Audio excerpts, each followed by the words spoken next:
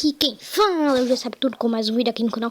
E hoje, galera, eu vou mostrar um site pra vocês, galera. E não é assim, um site normal. É um site de animações wallpapers de Minecraft. É só você escolher essas imagens aqui, mas não só tem essas imagens, tem várias outras, tipo essas. Eu vou escolher essa daqui. A do dragão, a do Ender Dragon. Aí fica aparecendo isso daqui. Aí você pode escolher uma dessas skins que está aqui, ou você também pode pesquisar aqui, ou também pode fazer o do Ender da sua própria skin. Vou botar aqui. Vou pesquisar aqui na galeria.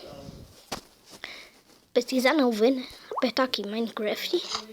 Pronto, e voilá! Prende e voilá! Apareceu minha skin. Agora vamos escolher a pessoa que está ao lado. Vou escolher o Resende. Que tá ali pera, ainda que eu não apertei direito. Eu acho que eu não apertei direito. Aqui, o Resende. Apertar em Save, que está aqui. E depois você espera um pouquinho e aperta em Duand. Aperta em criar novo arquivo e fazendo Duand e bye bye. Então, galera, o link desse site está aí na descrição. Espero que tenham gostado e adeus.